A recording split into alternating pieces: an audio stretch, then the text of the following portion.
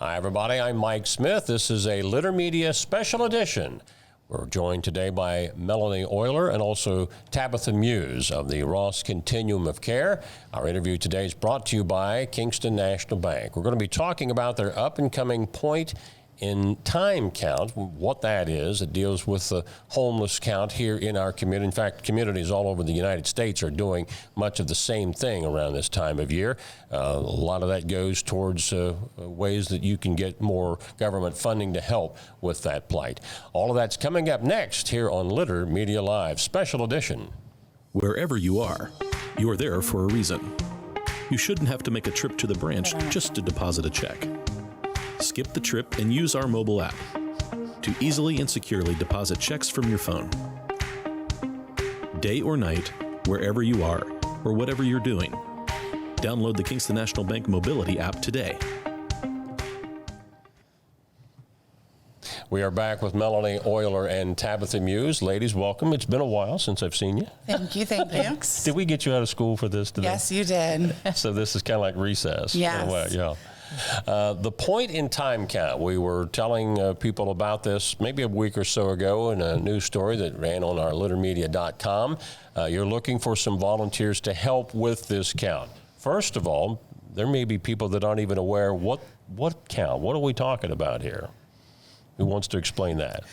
So the point in time count is simply how we count the individuals who are sheltered and unsheltered that are living in homeless situations in our county. The numbers that we are able to obtain during the point in time count will directly lead into the funding that our county will have access to serve those individuals. And it's not quite a 24-hour time frame that you're counting. What is the time frame? It begins on Tuesday the 28th at 8 p.m. and it goes to the 29th at 6 a.m. So anyone that would volunteer, you're going to be pulling some overnight hours. Yeah. Yes, we would be doing some evening and early morning hours, yes. Melonie, what are some of the areas that you go to try to find whether people are sheltered there or not sheltered? Well, we have a good idea because we have a regularly engaged outreach team, a homeless outreach team through the COC and through Community Action. So we have a good idea where our folks are. We're familiar with them. They're familiar with our outreach team. And so we'll try to hit all of those places. Of course, like Tabitha mentioned, this is not only the unsheltered, this will include the sheltered. So anybody that's in one of our local shelters will also be counted. Mm-hmm. Now, Tabitha was a guest on the radio, the WBEX, a number of years ago, and that was the first time I'd ever heard the term couch surfer. Yes. You defined that, and I thought I was totally unaware of that. Do those folks count in this? They do not, unfortunately. If they're living doubled up or living with a family or couch surfing, they do not get included in our point time count. And these are people that generally are basically going from a home to home just to have a shelter. Place to place, yes. And individuals who are staying outside the majority of the time, if we can capture them that time on the night of the count, then we would include them. But if we cannot capture them that night, then they wouldn't be able to be included. So as far as the point in time count, if you want to volunteer for this, how do you sign up? We could use all the volunteers we can get because, like you just mentioned, we want to get to as many of our sites as we can. So you can email me at meuler@rossccac.com. You could contact the shelter here on Eastern Avenue and leave your name and number for me. I'd be appreciative of anybody who would be interested in helping. Bundle up because it will be cold. Yeah. I guess with the new shelter that opened up on Eastern Avenue, just down the road from us, people might get the wrong impression that took care of the problem in Ross County. As far as it housed every homeless person, that's obviously not even close. No, the shelter's been staying full, roughly around 81 people a night. But we still have campsites with several people that are camping, even when it is as cold as it is, for various reasons. Mental health, addiction, the stability sometimes is not something that they're ready to handle or able to handle. Mm-hmm. So when I say that they don't want help, that's not really accurate. You know, Right. everybody wants help if you can get it, but some people maybe have anxieties or whatever. They don't want to be in a structured facility like that. Yes, That's correct. mental health plays a huge part in that entire decision. What are some things that you would like people to know just about people that don't have shelter in general, that maybe we've taken for granted because we're not in that plight, and maybe we aren't up to date on what's really going on here in our community? I think something that it's hard to understand is that a lot of them are living in survival mode all the time. So while we obviously want to offer resources and a lot of community-based efforts, they're sometimes in such survival mode, it's hard for them to focus on the things that they need to do in place. So case management is a huge part of the outreach to kind of remind them these are the things that they can do and they're capable of doing, and we're here to help. But we know that it takes more than sometimes even 10 visits to even talk them into understanding and willing to participate in the help. And a lot of it sometimes I feel like is word of mouth. So if someone mentions in a group that they're receiving help or that they were able to get this assistance, then it will sometimes cause other individuals to participate in that assistance as well. I think also we err when we assume that everybody that's homeless is addicted to drugs or alcohol. That's not always the case. No, it's not. No, Generational definitely. poverty is huge in our county.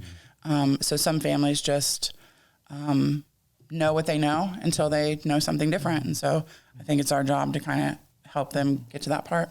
And you know yourself how difficult it can be to navigate resources. Yes. So that's the benefit of having an outreach team that includes multiple agencies. We have access, you know, to resources and we know how to get them connected.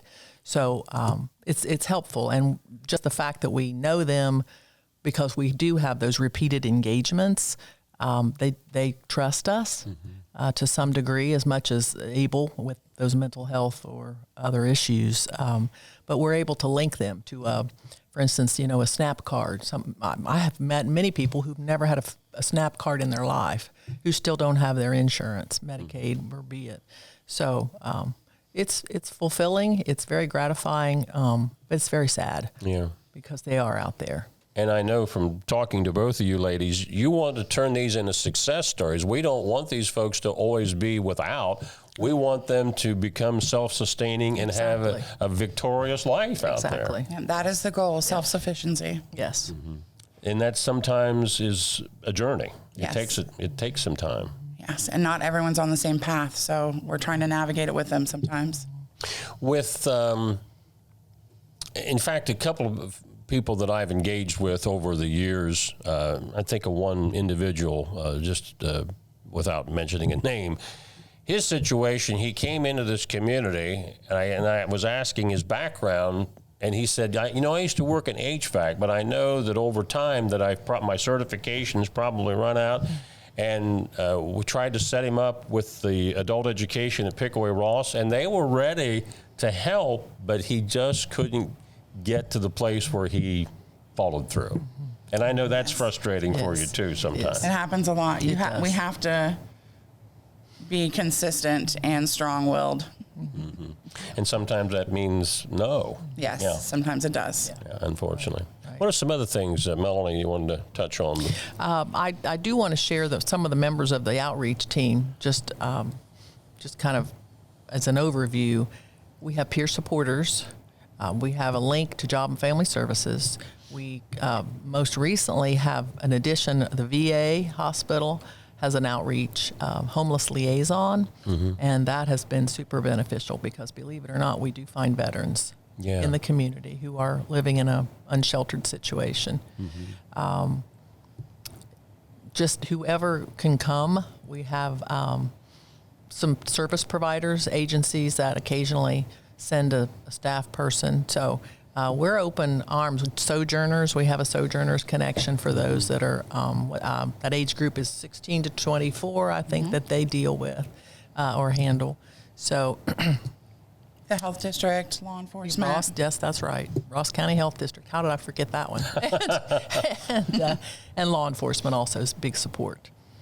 Are you ever surprised at the number of people that are in our community that maybe don't have shelter are from all over the United States, literally, that come here? And why is that they come here? I haven't figured that part out yet. I'd like to say it's because we're just so amazing at providing resources. But also, though, a lot of people ask us that, especially when it comes to filling the shelter. That even though we think that, it really happens rare that that they're coming here to seek services. Sometimes they're just passing through. But as far as like us running into them more than like a Ross County resident, it's pretty slim. Occasionally, if there's a family connection, if there's family here and they've worked in, wherever, Arkansas, and they're looking for work or that family connection. Now, we do have the contiguous counties. So Ross County obviously offers more resources than some of those counties. So we pick up folks from that area, the area regionally, but the data really doesn't suggest that we get people from out of state. The numbers are not that high.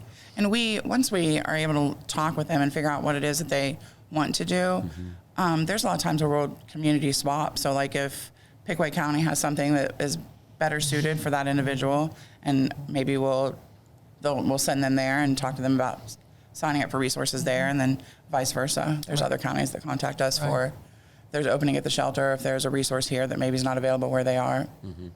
I know there are a number of employers in our area, and I don't know if this term is still used or not, but they refer to them as second chance employment opportunities. And I was surprised at how many of these folks have jobs or are offered jobs through, and not just in Ross County. I know Washington Courthouse has some manufacturing facilities over there too. Is there a way that you touch base with these companies to try to get people into some of that employment? Yes. Peer supporters are good at connecting.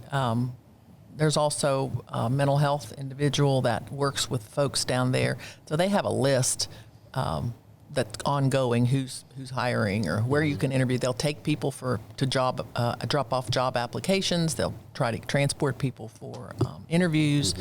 And also we have folks at the shelter, residing at the shelter, who are working. And so we make arrangements. If they're working night shift, they can sleep during the day. We try to pack like lunch for them for that night.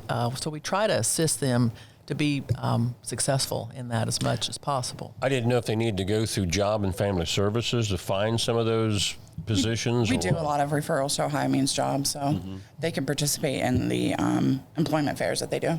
Gotcha. Yeah, I know some of we mentioned Washington Courthouse. I think Greenfield does this too. There's a few employers over there. They'll actually provide a shuttle to take people from Chillicothe, for example, or Waverly to some of those sites. Because everybody's looking for employees. And yes, they are. And some of these folks really turn out, it's like the chance they needed to get back on track. Absolutely. Yeah. And you feel good about yourself. That's a self-confidence boost. That's true for all of us. Anything else you want to touch on, either one, before we close out? If you are interested in participating, Melonie gave you the information. We also have a Continuum of Care meeting where all the agencies come together around the table to discuss the issues and how we can combat them. And the Continuum of Care meets the first Wednesday of every month at 1 o'clock at the main library annex. And churches, faith community, I know you gals were great to come to our church here, I think a year or so ago, really helped us out plugging into some information on how we could serve in the community. I know you welcome those folks as well. If maybe they just have questions, how can we help? Absolutely. Yeah. Anybody who is interested in working in homelessness or working in the resources that we can offer are welcome. And we have quite a few around the table who are just curious community members, and we welcome And everyone. we're excited to educate. So. Absolutely. Very good. Absolutely. Again, our guest today on the special edition, Melonie Euler, also Tabitha Muse of Ross Continuum of Care. Our interview today brought to you by Kingston National Bank.